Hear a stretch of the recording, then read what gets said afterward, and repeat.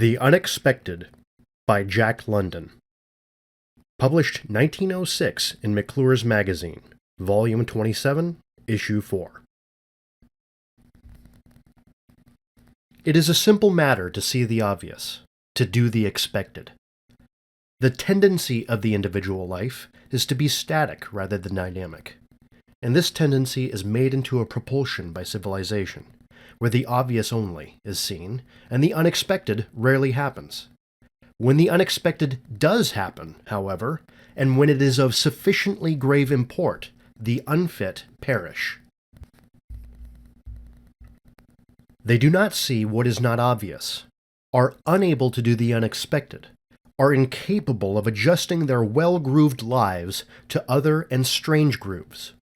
In short, when they come to the end of their own groove, they die.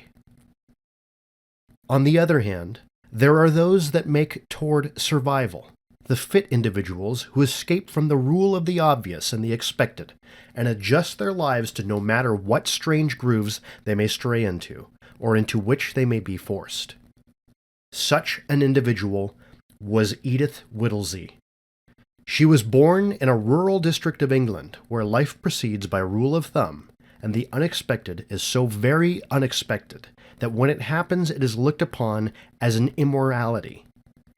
She went into service early, and while yet a young woman, by rule of thumb progression, she became a lady's maid.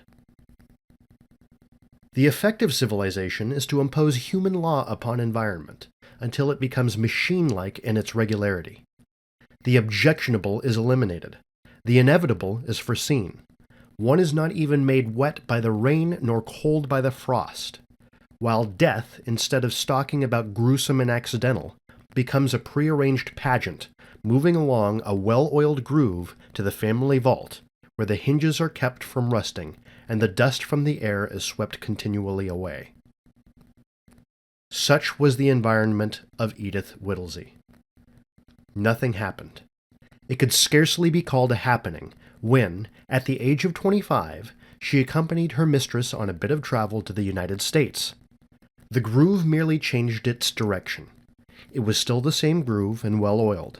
It was a groove that bridged the Atlantic with uneventfulness, so that the ship was not a ship in the midst of the sea, but a capacious, many-corridored hotel that moved swiftly and placidly, crushing the waves into submission with its colossal bulk, and to the sea was a mill-pond, monotonous with quietude. And at the other side of the groove continued on over the land, a well-disposed, respectable groove that supplied hotels at every stopping place, and hotels on wheels between the stopping places. In Chicago, while her mistress saw one side of social life, Edith Whittlesey saw another side, and when she left her lady's service and became Edith Nelson, she betrayed, perhaps faintly, her ability to grapple with the unexpected and to master it. Hans Nelson, immigrant, Swede by birth and carpenter by occupation, had in him that Teutonic unrest that drives the race ever westward on its great adventure. He was a large-muscled, stolid sort of man, and whom little imagination was coupled with immense initiative, and who possessed, withal, loyalty and affection as sturdy as his own strength. "When I have worked hard and saved me some money, I will go to Colorado," he had told Edith on the day after their wedding.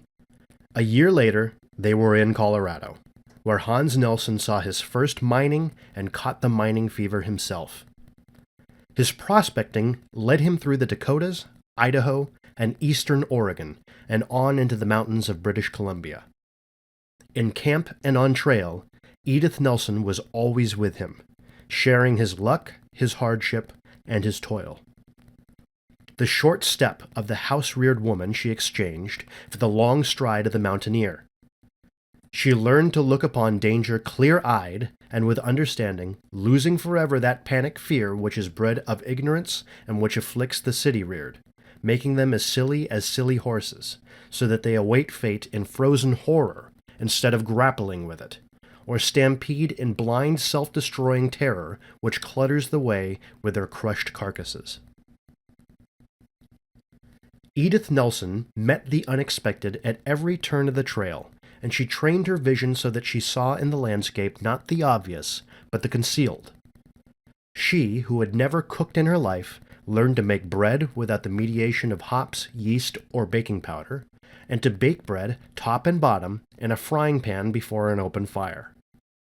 And when the last cup of flour was gone, and the last rind of bacon, she was able to rise to the occasion, and of the moccasins and the softer tanned bits of leather in the outfit to make a grub steak substitute that somehow held a man's soul in his body and enabled him to stagger on. She learned to pack a horse as well as a man, a task to break the heart and the pride of any city dweller, and she knew how to throw the hitch best suited for any particular kind of pack. Also, she could build a fire of wet wood in a downpour of rain and not lose her temper. In short, in all its guises, she mastered the unexpected. But the great unexpected was yet to come into her life and put its test upon her. The gold-seeking tide was flooding northward into Alaska, and it was inevitable that Hans Nelson and his wife should be caught up by the stream and swept toward the Klondike. The fall of 1897 found them at Dyea, but without the money to carry an outfit across Chilkoot Pass and float it down to Dawson. So Hans Nelson worked at his trade that winter and helped rear the mushroom outfitting town of Skagway. He was on the edge of things, and throughout the winter he heard all Alaska calling to him. Lituya Bay called the loudest, so that the summer of 1898 found him and his wife threading the mazes of the broken coastline in 70-foot Siwash canoes. With them were Indians, also 3 other men. The Indians landed them and their supplies in a lonely bight of land 100 miles or so beyond Lituya Bay, and returned to Skagway, but the 3 other men remained, for they were members of the organized party. Each had put an equal share of capital into the outfitting, and the profits were to be divided equally. In that, Edith Nelson undertook to cook for the outfit. A man's share was to be her portion. First, spruce trees were cut down and a 3-room cabin constructed. To keep this cabin was Edith Nelson's task. The task of the men was to search for gold, which they did, and to find gold, which they likewise did. It was not a startling find, merely a low-pay placer where long hours of severe toil earned each man between $15 and $20 a day. The brief Alaskan summer protracted itself beyond its usual length, and they took advantage of the opportunity, delaying their return to Skagway to the last moment. And then it was too late. Arrangements had been made to accompany the several dozen local Indians on their fall trading trip down the coast. The Siwashes had waited on the white people until the 11th hour, and then departed. There was no course left the party but to wait for chance transportation. In the meantime, the claim was cleaned up and firewood stocked in.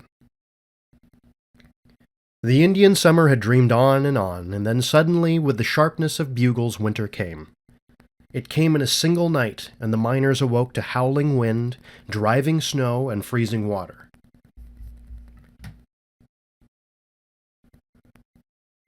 Storm followed storm, and between the storms there was the silence, broken only by the boom of the surf on the desolate shore, where the salt spray rimmed the beach with frozen white. All went well in the cabin. Their gold dust had weighed up something like $8,000, and they could not but be contented. The men made snowshoes, hunted fresh meat for the larder, and in the long evenings played endless games of whist and pedro. Now that the mining had ceased, Edith Nelson turned over the fire building and the dishwashing to the men, while she darned their socks and mended their clothes. There was no grumbling, no bickering, nor petty quarreling in the little cabin, and they often congratulated one another on the general happiness of the party. Hans Nelson was stolid and easygoing, while Edith had long before won his unbounded admiration by her capacity for getting on with people. Harkey, a long-legged Texan, was unusually friendly for one with a saturnine disposition, and, as long as his theory that gold grew was not challenged, was quite companionable. The 4th member of the party, Michael Denon, contributed his Irish wit to the gaiety of the cabin. He was a large, powerful man, prone to sudden rushes of anger over little things, and of unfailing good humor under the stress and strain of big things. The fifth and last member, Dutchy, was the willing butt of the party. He even went out of his way to raise a laugh at his own expense in order to keep things cheerful. His deliberate aim in life seemed to be that of the maker of laughter. No serious quarrel had ever vexed the serenity of the party, and now that each had $1,600 to show for a short summer's work, there reigned the well-fed, contented spirit of prosperity. And then the unexpected happened. They had just sat down to the breakfast table. Though it was already 8 o'clock, late breakfast had followed naturally upon cessation of the steady work at mining, a candle in the neck of a bottle lighted the meal. Edith and Hans sat at each end of the table. On one side, with their backs to the door, sat Harky and Dutchy. The place on the other side was vacant. Denon had not yet come in. Hans Nelson looked at the empty chair, shook his head slowly, and with a ponderous attempt at humor said, "Always is he first at the grub. It is very strange. Maybe he is sick." "Where is Michael?" Edith asked. "Got up a little ahead of us and went outside," Harky answered. Dutchy's face beamed mischievously. He pretended knowledge of Denon's absence and affected a mysterious air while they clamored for information. Edith, after a peep into the men's bunk room, returned to the table. Hans looked at her and she shook her head. "He was never late at mealtime before," she remarked. "I cannot understand," said Hans. "Always has he the great appetite like the horse." "It is too bad," Dutchy said, with a sad shake of his head. They were beginning to make merry over their comrade's absence. "It is a great pity," Dutchy volunteered.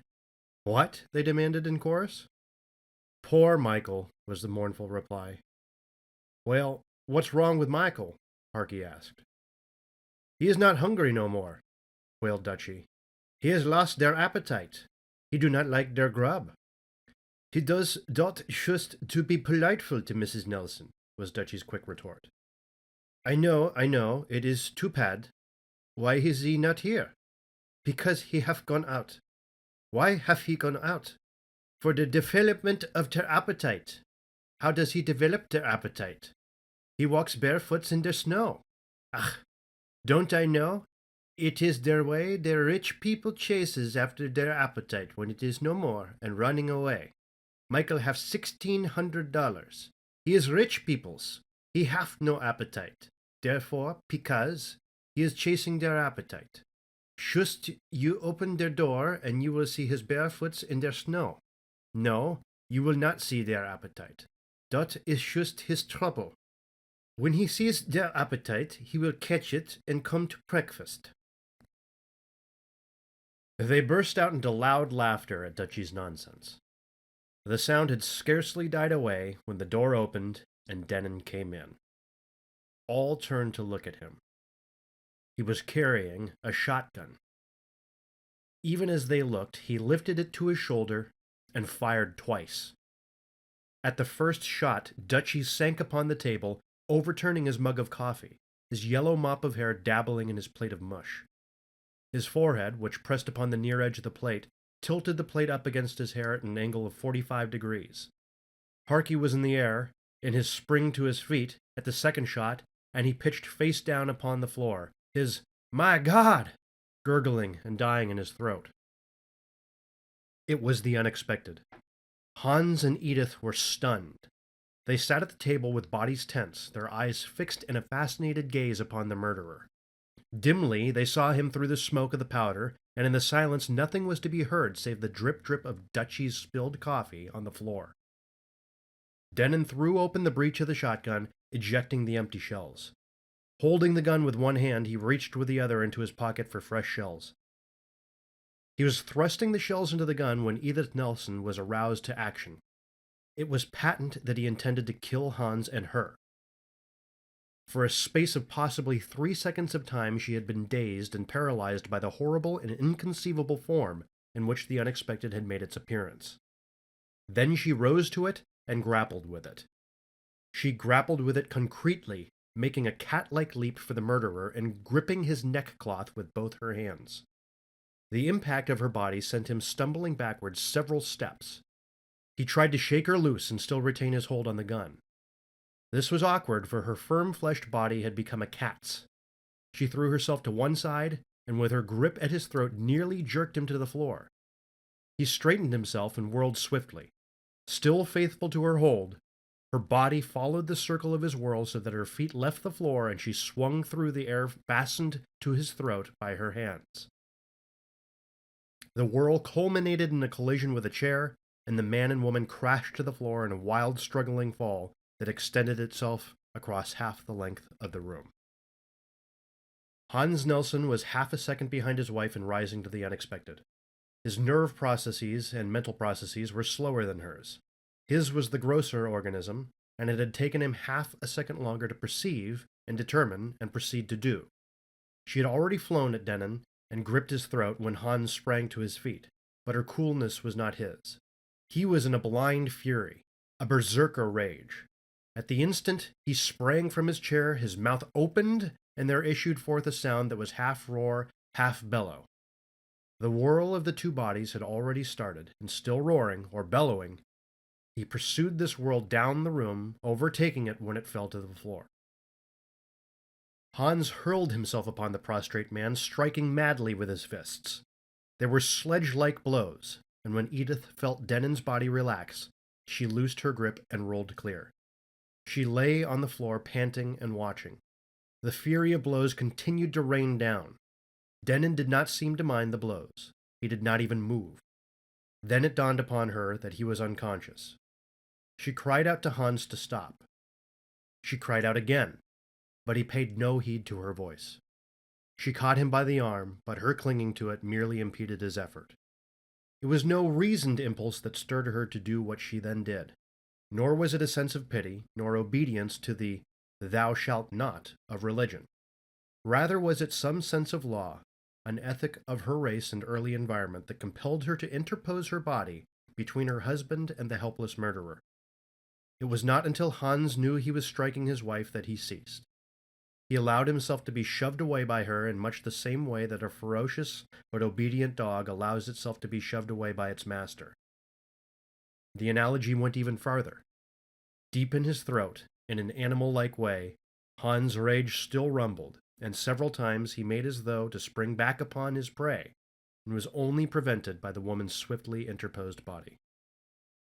Back and farther back Edith shoved her husband. She had never seen him in such a condition, and she was more frightened of him than she had been of Denon in the thick of the struggle. She could not believe that this raging beast was her Hans, and with a shock she became suddenly aware of a shrinking, instinctive fear that he might snap her hand in his teeth, like any wild animal. For some seconds, unwilling to hurt her, yet dogged in his desire to return to the attack, Hans dodged back and forth. But she resolutely dodged with him, until the first glimmerings of reason returned, and he gave over. Both crawled to their feet. Hans staggered back against the wall, where he leaned, his face working, in his throat the deep and continuous rumble that died away with the seconds and at last ceased. The time for the reaction had come. Edith stood in the middle of the floor, wringing her hands, panting and gasping, her whole body trembling violently. Hans looked at nothing, but Edith's eyes wandered wildly from detail to detail of what had taken place. Denon lay without movement.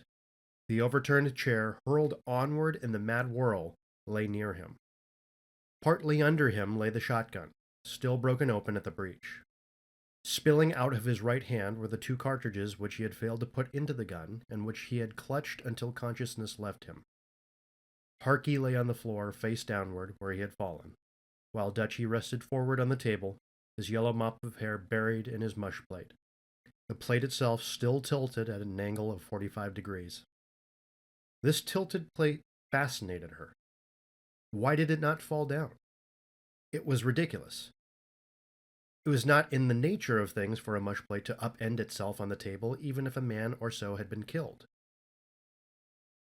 She glanced back at Denon, but her eyes returned to the tilted plate. It was so ridiculous. She felt a hysterical impulse to laugh. Then she noticed the silence and forgot the plate in a desire for something to happen. The monotonous drip of the coffee from the table to the floor merely emphasized the silence. Why did not Hans do something? Say something? She looked at him and was about to speak when she discovered that her tongue refused its wonted duty. There was a peculiar ache in her throat, and her mouth was dry and furry. She could only look at Hans, who, in turn, looked at her. Suddenly, the silence was broken by a sharp, metallic clang. She screamed, jerking her eyes back to the table. The plate had fallen down. Hans sighed as though awakening from sleep. The clang of the plate had aroused them to life in a new world. The cabin epitomized the new world in which they must thenceforth live and move. The old cabin was gone forever. The horizon of life was totally new and unfamiliar. The unexpected had swept its wizardry over the face of things, changing the perspective, juggling values, and shuffling the real and the unreal into perplexing confusion. "My God, Hans," was Edith's first speech. He did not answer, but stared at her with horror. Slowly, his eyes wandered over the room, for the first time taking in its details. Then he put on his cap and started for the door. "Where are you going?" Edith demanded, in an agony of apprehension. His hand was on the doorknob, and he half turned as he answered. "To dig some graves." "Don't leave me, Hans, with—" Her eyes swept the room. "With this." "The graves must be dug sometime," he said. "But you do not know how many," she objected desperately. She noted his indecision and added, "Besides, I'll go with you and help." Hans stepped back to the table and mechanically snuffed the candle. Then between them they made the examination. Both Harky and Dutchy were dead, frightfully dead because of the close range of the shotgun. Hans refused to go near Denon, and Edith was forced to conduct this portion of the investigation by herself. "He isn't dead," she called to Hans. He walked over and looked down at the murderer. "What did you say?" Edith demanded, having caught the rumble of inarticulate speech in her husband's throat. "I said it was a damn shame that he isn't dead," came the reply. Edith was bending over the body. "Leave him alone," Hans commanded harshly in a strange voice. She looked at him in sudden alarm. He had picked up the shotgun, dropped by Denon, and was thrusting in the shells. "What are you going to do?" she cried, rising swiftly from her bending position. Hans did not answer, but she saw the shotgun going to his shoulder. She grasped the muzzle with her hand and threw it up. "Leave me alone!" he cried hoarsely. He tried to jerk the weapon away from her, but she came in closer and clung to him. "Hans! Hans! Wake up!" she cried. "Don't be crazy!" "He killed Dutchy and Harky," was her husband's reply, "and I'm gonna kill him." "But that is wrong," she objected. "There is the law." He sneered his incredulity of the law's potency in such a region, but he merely iterated dispassionately, doggedly, "He killed Dutchy and Harky." Long she argued it with him, but the argument was one-sided, for he contented himself with repeating again and again, "He killed Dutchy and Harky." But she could not escape from her childhood training, nor from the blood that was in her. The heritage of law was hers, and right conduct to her was the fulfillment of the law. She could see no other righteous course to pursue. Hans taking the law in his own hands was no more justifiable than Denon's deed. Two wrongs did not make a right, she contended, and there was only one way to punish Denon, and that was the legal way arranged by society. At last, Hans gave in to her. "All right," he said. "Have it your own way. And tomorrow or next day look to see him kill you and me." She shook her head and held out her hand for the shotgun. He started to hand it to her, then hesitated. "Better let me shoot him," he pleaded. Again, she shook her head, and again he started to pass her the gun. when the door opened and an Indian, without knocking, came in. A blast of wind and flurry of snow came in with him. They turned and faced him, Hans still holding the shotgun. The intruder took in the scene without a quiver. His eyes embraced the dead and wounded in a sweeping glance. No surprise showed in his face, not even curiosity. Archie lay at his feet, but he took no notice of him. So far as he was concerned, Archie's body did not exist. "Much wind," the Indian remarked by way of salutation. "All well? Very well?" Hans, still grasping the gun, felt sure that the Indian attributed to him the mangled corpses. He glanced appealingly at his wife. "Good morning, Naguk," she said, her voice betraying her effort. "No, not very well. Much trouble." "Goodbye. I go now. Much hurry," the Indian said, and without semblance of haste, with great deliberation, stepping clear of a red pool on the floor, he opened the door and went out. "He thinks we did it," Hans gasped. "That I did it." Edith was silent for a space. Then she said briefly, in a businesslike way, "Never mind what he thinks. That will come after.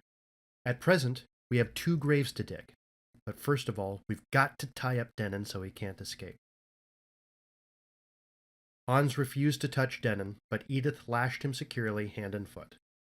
Then she and Hans went out into the snow. The ground was frozen. It was impervious to a blow of the pick. They first gathered wood, then scraped the snow away, and on the frozen surface built a fire. When the fire had burned for an hour, several inches of dirt had thawed. This they shoveled out, and then built a fresh fire. Their descent into the earth progressed at the rate of 2 or 3 inches an hour. It was hard and bitter work. The flurrying snow did not permit the fire to burn any too well, while the wind cut through their clothes and chilled their bodies. They held but little conversation. The wind interfered with speech. Beyond wondering at what could have been Denon's motive, they remained silent, oppressed by the horror of the tragedy. At 1 o'clock, looking toward the cabin, Hans announced that he was hungry.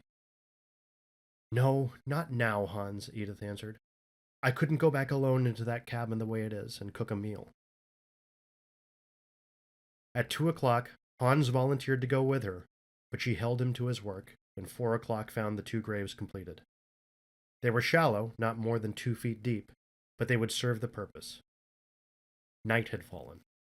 Hans got the sled, and the 2 dead men were dragged through the darkness and stormed their frozen sepulchre. The funeral procession was anything but a pageant. The sled sank deep into the drifted snow and pulled hard. The man and the woman had eaten nothing since the previous day, and were weak from hunger and exhaustion. They had not the strength to resist the wind, and at times its buffets hurled them off their feet. On several occasions the sled was overturned, and they were compelled to reload it with its somber freight. The last 100 feet to the graves was up a steep slope, and this they took on all fours, like sled dogs, making legs of their arms and thrusting their hands into the snow. Even so, they were twice dragged backward by the weight of the sled, and slid and fell down the hill, the living and the dead, the haul ropes and the sled, in ghastly entanglement. "Tomorrow I will put up the headboards with their names," Hans said, when the graves were filled in. Edith was sobbing. A few broken sentences had been all she was capable of in the way of a funeral service, and now her husband was compelled to half carry her back to the cabin. Denon was conscious. He had rolled over and over on the floor in vain efforts to free himself. He watched Hans and Edith with glittering eyes, but made no attempt to speak. Hans still refused to touch the murderer, and sullenly watched Edith drag him across the floor to the men's bunk room. But try as she would, she could not lift him from the floor into his bunk. "Better let me shoot him and we'll have no more trouble," Hans said in final appeal. Edith shook her head and bent again to her task. To her surprise, the body rose easily, and she knew Hans had relented and was helping her. Then came the cleansing of the kitchen, but the floor still shrieked the tragedy until Hans planed the surface of the stained wood away, and with the shavings made a fire in the stove. The days came and went. There was much of darkness and silence, broken only by the storms and the thunder on the beach of the freezing surf. Hans was obedient to Edith's slightest order. All his splendid initiative had vanished. She had elected to deal with Denon in her way, and so he left the whole matter in her hands. The murderer was a constant menace. At all times there was the chance that he might free himself from his bonds, and they were compelled to guard him day and night. The man or the woman sat always beside him, holding the loaded shotgun. At first, Edith tried 8-hour watches, but the continuous strain was too great, and afterwards she and Hans relieved each other every 4 hours. As they had to sleep, and as the watches extended through the night, their whole waking time was expended in guarding Denon. They had barely time left over for the preparation of meals and the getting of firewood. Since Naguk's inopportune visit, the Indians had avoided the cabin. Edith sent Hans to their cabins to get them to take Denon down the coast in a canoe to the nearest white settlement or trading post, but the errand was fruitless. Then Edith went herself and interviewed Naguk. He was headman of the little village, keenly aware of his responsibility, and he elucidated his policy thoroughly in few words. "It is the white man's trouble," he said, "not Siwash trouble. My people help you. Then will it be Siwash trouble too. When white man's trouble and Siwash trouble come together and make a trouble, it is a great trouble, beyond understanding and without end. Trouble no good. My people do no wrong. What for they help you and have trouble?" So Edith Nelson went back to the terrible cabin with its endless alternating 4-hour watches. Sometimes, when it was her turn and she sat by the prisoner, the loaded shotgun in her lap, her eyes would close and she would doze. Always she aroused with a start, snatching up the gun and swiftly looking at him. These were distinct nervous shocks, and their effect was not good on her. Such was her fear of the man that even though she were wide awake, if he moved under the bedclothes, she could not repress the start and quick reach for the gun. She was preparing herself for a nervous breakdown, and she knew it. First came a fluttering of the eyeballs, so that she was compelled to close her eyes for relief. A little later, the eyelids were afflicted by a nervous twitching that she could not control. To add to the strain, she could not forget the tragedy. She remained as close to the horror as on the first morning when the unexpected stalked into the cabin and took possession. In her daily ministrations upon the prisoner, she was forced to grit her teeth and steel herself, body and spirit. Hans was affected differently. He became obsessed by the idea that it was his duty to kill Denon, and whenever he waited upon the bound man or watched by him, Edith was troubled by the fear that Hans would add another red entry to the cabin's record. Always he cursed Denon savagely and handled him roughly. Hans tried to conceal his homicidal mania, and he would say to his wife, "By and by you will want me to kill him, and then I will not kill him. It would make me sick." But more than once, stealing into the room, when it was her watch off, she would catch the two men glaring ferociously at each other, wild animals the pair of them. In Hans' face the lust to kill, in Denon's the fierceness and savagery of the cornered rat. "Hans," she would cry, "wake up!" And he would come to a recollection of himself, startled and shamefaced and unrepentant. So Hans became another factor in the problem the unexpected had given Edith Nelson to solve. At first, it had been merely a question of right conduct in dealing with Denon, and right conduct, as she conceived it, lay in keeping him a prisoner until he could be turned over for trial before a proper tribunal. But now entered Hans, and she saw that his sanity and his salvation were involved. Nor was she long in discovering that her own strength and endurance had become part of the problem. She was breaking down under the strain. Her left arm had developed involuntary jerkings and twitchings. She spilled her food from her spoon, and she could place no reliance in her afflicted arm. She judged it to be a form of St. Vitus's dance, and she feared the extent to which its ravages might go. What if she broke down?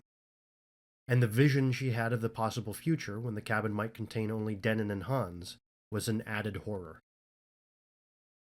After the third day, Denon had begun to talk.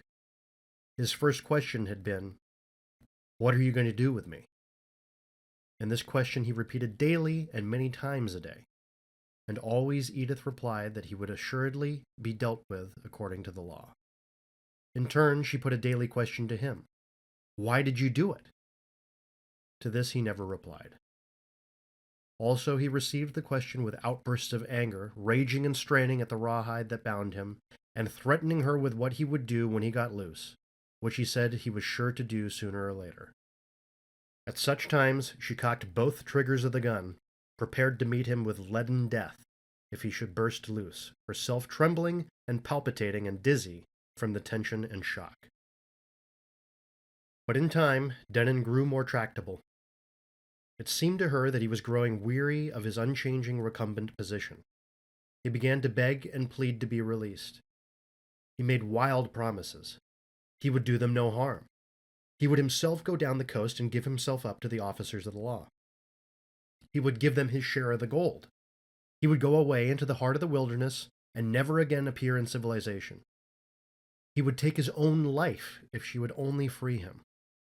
His pleadings usually culminated in involuntary raving until it seemed to her that he was passing into a fit. But always she shook her head and denied him the freedom for which he worked himself into a passion. But the weeks went by, and he continued to grow more tractable, and through it all the weariness was asserting itself more and more. "I am so tired, he would murmur, rolling his head back and forth on the pillow like a peevish child. At a little later period, he began to make impassioned pleas for death, to beg her to kill him, to beg Hans to put him out of his misery, so that he might at least rest comfortably. The situation was fast becoming impossible. Edith's nervousness was increasing, and she knew her breakdown might come any time. She could not even get her proper rest, for she was haunted by the fear that Hans would yield to his mania and kill Denon while she slept. Though January had already come, months would have to elapse before any trading schooner was even likely to put into the bay. Also, they had not expected to winter in the cabin, and the food was running low. Nor could Hans add to the supply by hunting. They were chained to the cabin by the necessity of guarding their prisoner. Something must be done, and she knew it. She forced herself to go back into a reconsideration of the problem. She could not shake off the legacy of her race, the law that was of her blood and that had been trained into her. She knew that whatever she did, she must do according to the law, and in the long hours of watching, the shotgun on her knees, the murderer restless beside her and the storms thundering without, she made original sociological researches and worked out for herself the evolution of the law.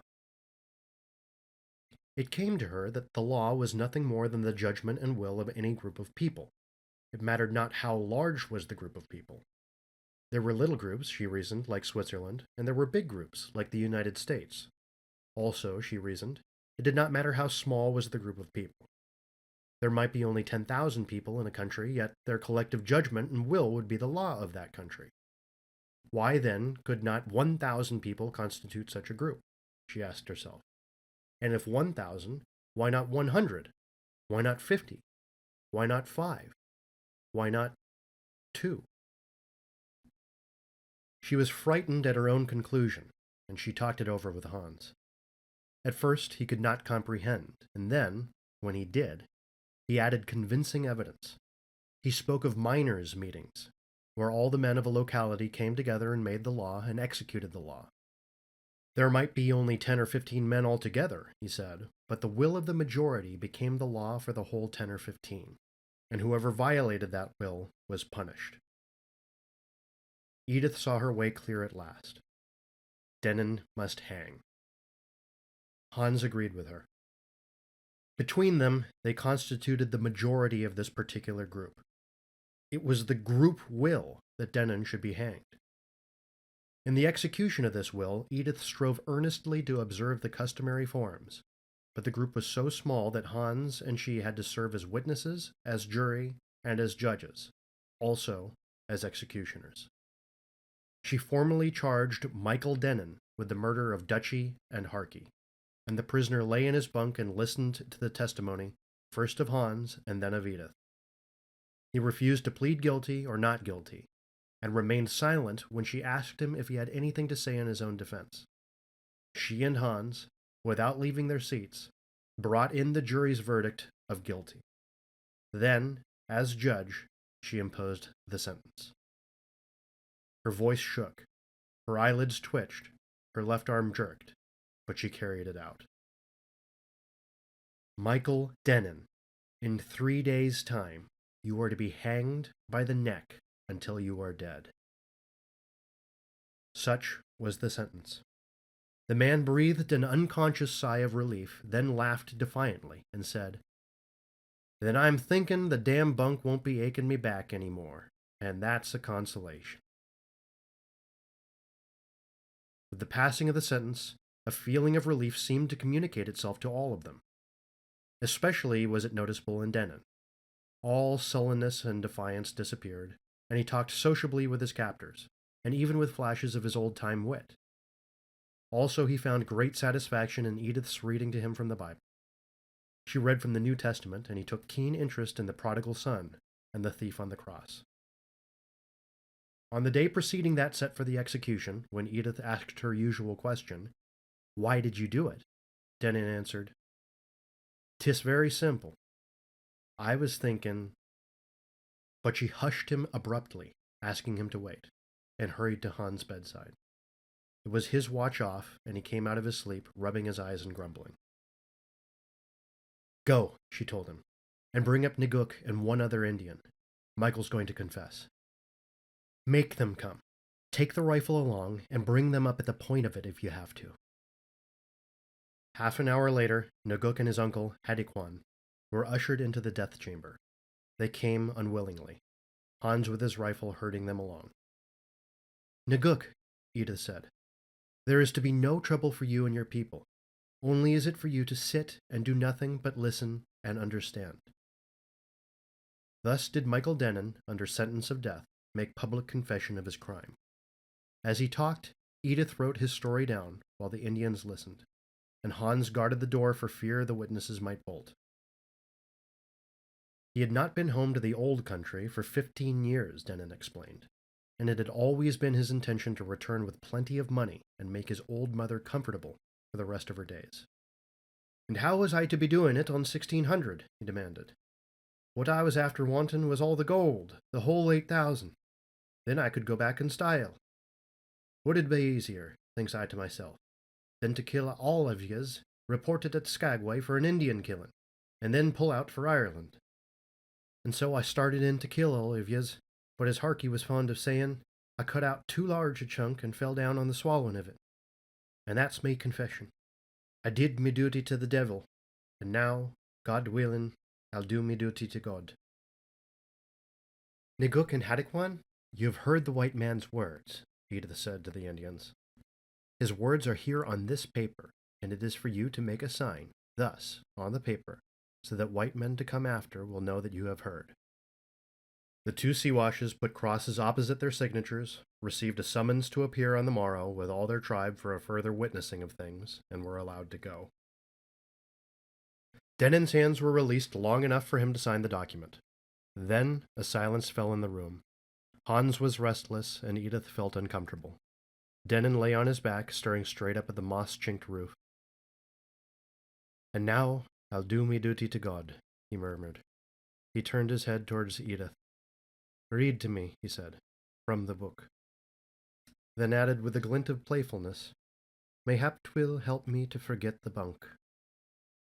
The day of the execution broke clear and cold. The thermometer was down to 25 below zero, and a chill wind was blowing which drove the frost through clothes and flesh to the bones. For the first time in many weeks, Denon stood upon his feet. His muscles had remained inactive so long, and he was so out of practice in maintaining an erect position that he could scarcely stand. He reeled back and forth, staggered, and clutched hold of Edith with his bound hands for support.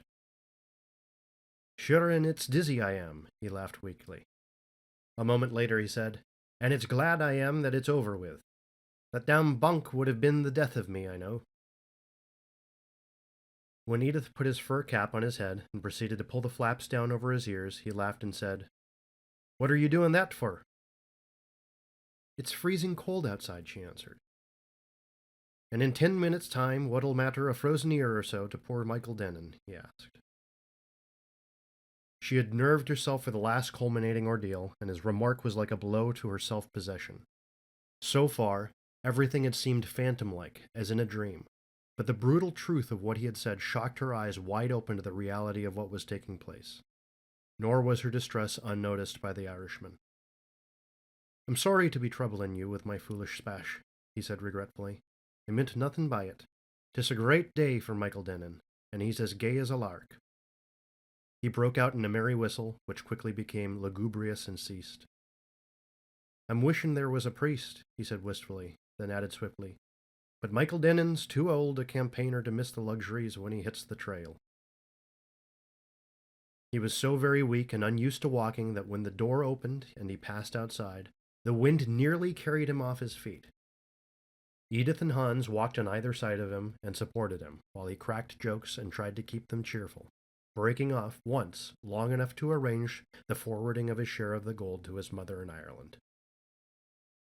They climbed a slight hill and came out into an open space among the trees. Here, circled solemnly about a barrel that stood on end in the snow, were Naguk and Hadikwan, and all the Siwashes, down to the babies and the dogs, come to see the way of the white man's law. Nearby was an open grave which Hans had burned into the frozen earth.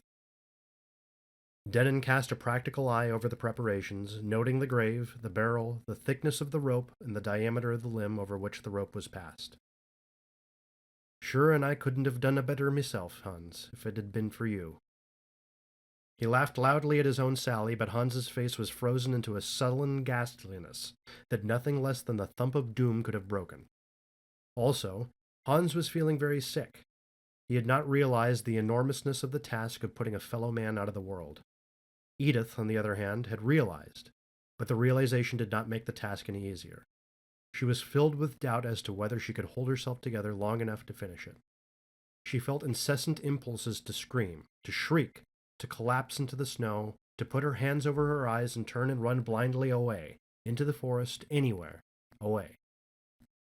It was only by a supreme effort of soul that she was able to keep upright and go on and do what she had to do. And in the midst of it all, she was grateful to Denon for the way he helped her. "Lend me a hand," he said to Hans, with whose assistance he managed to mount the barrel. He bent over so that Edith could adjust the rope about his neck. Then he stood upright while Hans drew the rope taut across the overhead branch. "Michael Denon, have you anything to say?" Edith asked in a clear voice that shook in spite of her. Denon shuffled his feet on the barrel, looked down bashfully like a man making his maiden speech, and cleared his throat. "I'm glad that it's over with," he said. "You've treated me like a Christian, and I'm thanking you hearty for your kindness." "Then may God receive you, a repentant sinner," she said. "Aye," he answered in his deep voice as a response to her thin one. "May God receive me, a repentant sinner." "Goodbye, Michael," she cried, and her voice sounded desperate. She threw her weight against the barrel, but it did not overturn. "Hans, quick! Help me!" she cried faintly. She could feel her last strength going, and the barrel resisted her. Hans hurried to her, and the barrel went out from under Michael Denon. She turned her back, thrusting her fingers into her ears. Then she began to laugh, harshly, sharply, metallically, and Hans was shocked as he had not been shocked through the whole tragedy. Edith Nelson's breakdown had come. Even in her hysteria, she knew it, and she was glad that she had been able to hold up under the strain until everything had been accomplished. She reeled towards Hans. "Take me to the cabin, Hans," she managed to articulate. "And let me rest," she added. "Just let me rest and rest and rest." With Hans' arm around her, supporting her weight and directing her helpless steps, she went off across the snow. But the Indians remained solemnly to watch the working of the white man's law that compelled a man to dance upon the air.